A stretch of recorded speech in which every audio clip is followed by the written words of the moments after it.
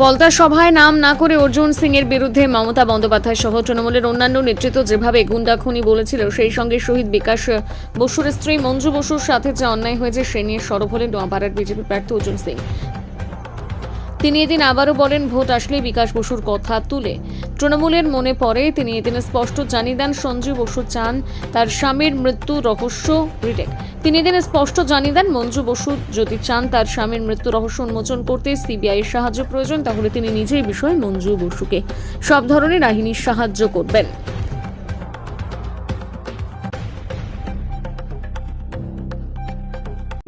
মন্তব্য করলেন মঞ্জু বসু। ইমিডিয়েট ওনাকে একটা ইলেকশন কমিশনকে চিঠি দেওয়া উচিত। মঞ্জু বসুকে বিধায়ক ছিল, কেন ওনার স্বামী ইউজ করা একটা ওরকম লম্পট লোক, যার প্রার্থী হয়েছে তিনি, থার্ড ক্লাস। ওনার স্বামী ছবি গলায় লাগিয়ে ঘোরা আইনত বৈধ। উনি এক সেকেন্ড কমপ্লেন করলে ওর ক্যান্ডিডেটের উপরে প্রভাব। এটা কি পারে? না, এটা আইনত পারে না। উনি আজকে পয়েন্ট রেজ করেছেন মিডিয়াতে। আমি বলবো একটা চিঠি করতে রিকোয়েস্ট করবো ইলেকশন কমিশনকে, এই ধরনের উনি যে ইউজ করছেন যিনি তৃণমূলের প্রার্থী, আমার মধ্যে পুরোপুরি অন্যায়। কোনটা ইউজ করছেন? বিকাশবাবু যে ছবিটা গলায় ঝুলিয়ে ঘুরে বেড়াচ্ছে, এটা করতে পারে না। উইদাউট ফ্যামিলি পারমিশন, উইদাউট ওনার পারমিশন এটা করতে পারে। উনি আপত্তি তুলেছে বিষয়টা। ওই জন্য তো বলছি মানসিক যন্ত্রণা। নিশ্চয়ই মানসিক যন্ত্রণা হবে। এটা ঘটনা যা পুরোপুরি ওনার যেহেতু সাংগঠনিক দিকে বিকাশদার খুব মানে ছিল, অর্জুন সিং বিকাশ বসে জুড়ি ছিল। উনি মজবুত একটা সাংগঠনিক ব্যক্তি ছিলেন। সেই সময় সিপিএম এর বিরুদ্ধে লড়াই করা, আমি ওনার একসঙ্গে থাকতাম। তখন ঘটনাক্রমে বালু আর মুকুল রায়ের বিরুদ্ধে আমাদের লড়াই ছিল, কেন ওরা সবসময় মমতা ব্যানার্জি আশেপাশে ঘুরে বেড়াত। আর সাংগঠনিক ব্যক্তিকে কোনোদিনের এই করত না, তাই জন্য ওরা ওনাকে রাস্তা দিকে সরানো হলো। এই তথ্য এখন আমার বলে কোনো লাভ নেই, কিন্তু এটা সিবিআই তদন্ত হলে নিশ্চয়ই এটা বেরিয়ে আসবে। কোন তথ্য?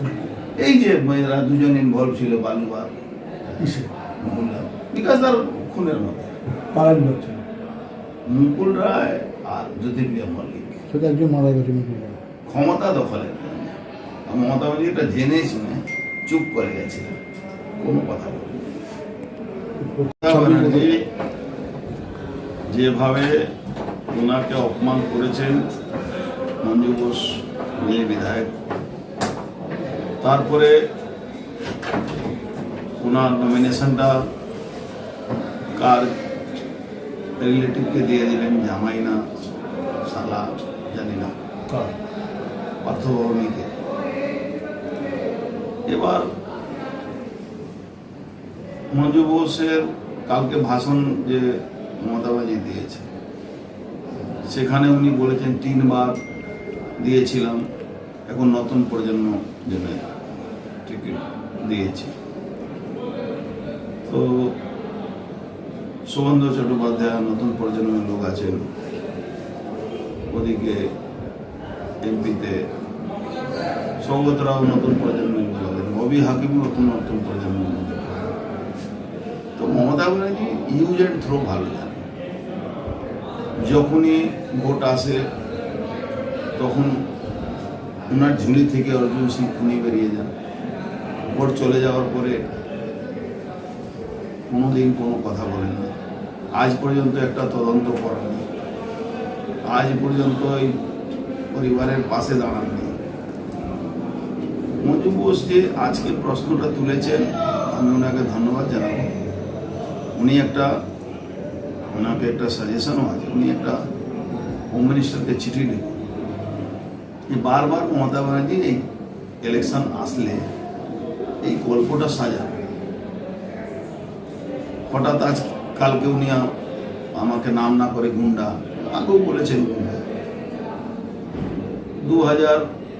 1999 সাল থেকে আমরা গুন্ডা ছিলাম না, ওনার জন্য লড়াই করছে, ওনাকে মুখ্যমন্ত্রী বানানো, 4 বার এমএলএ হলাম, ওনার দল থেকেই এমএলএ হয়েছে, ওনার কাউন্টিং করালাম নেতাজি ইন্ডাস্ট্রি, তখন আমি গুন্ডা ছিলাম না। আর বিকাশবাবু মার্ডারটা হয়েছিল খুব সম্ভব 2000 সালে, 2001 সালের 1 এপ্রিল। তো তারপরে উনি টিকিট দিলেন। তারপরে আমি এখন যখনই ওনার বিরুদ্ধে বিজেপিতে আসি আমি, তখন আমি গুন্ডা হয়ে যাই। তো আজকে বিকাশ তার স্ত্রী মঞ্জু বোস বুঝতে পেরেছেন কি Mamata Banerjee use and throw, তাই উনি এই রিয়াকশনটা করেছেন।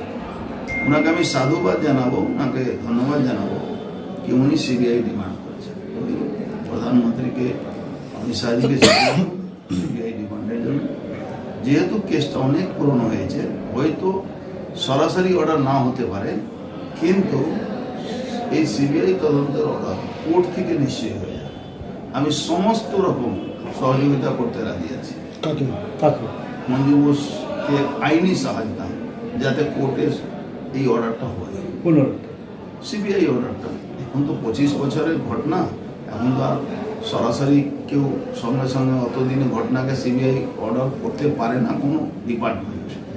তো এর জন্য একটা কোর্ট আছে, কোর্টে অর্ডার করাতে হবে। তো কোর্ট অর্ডার করার যেরকম উনি সহযোগিতা চাইবেন, এই সহযোগিতা আমাদের দলের তরফ থেকে আমরা করিয়ে দেবো। যদি 7 জন আমরা দায়িত্ব নিয়ে বলছি, যদি আমি ওনাকে বলেছিলাম, সময় এখন চলে গেছে, এটা বলে কোনো লাভ নেই।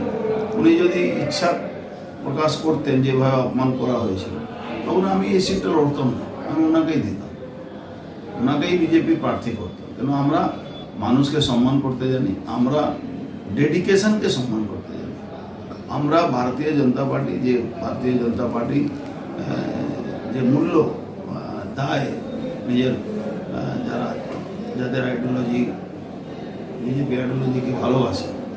আজকে দেখুন অভয়া কেসে অভয়ার মাকে সম্মান দেওয়া হয়েছে, বলা হয়েছে কি আপনি লড়াই করে এই জায়গাটা তৈরি করুন, যাতে আপনার মেয়ে রেপ, বলাৎকার, খুনের বদলা নেওয়া যায়। তার জন্য ওনাকে প্রার্থী করা হয়েছে। উনি জিতবেন, বহু ভোটে জিতবেন। ওখানে আমার আছে কি জামানা জব্দ হয়ে যাবে বিরোধীদের। তো সেই জায়গা আজকে উনি যেটা বলেছেন, আমি ওনাকে সাধুবাদ জানাচ্ছি মঞ্জু বোসকে। উনি সঠিক কাজ করেছেন, এতে আমরা সব রকম ওনার পাশে আছি। উনি যদি চান তো আমরা ওনাকে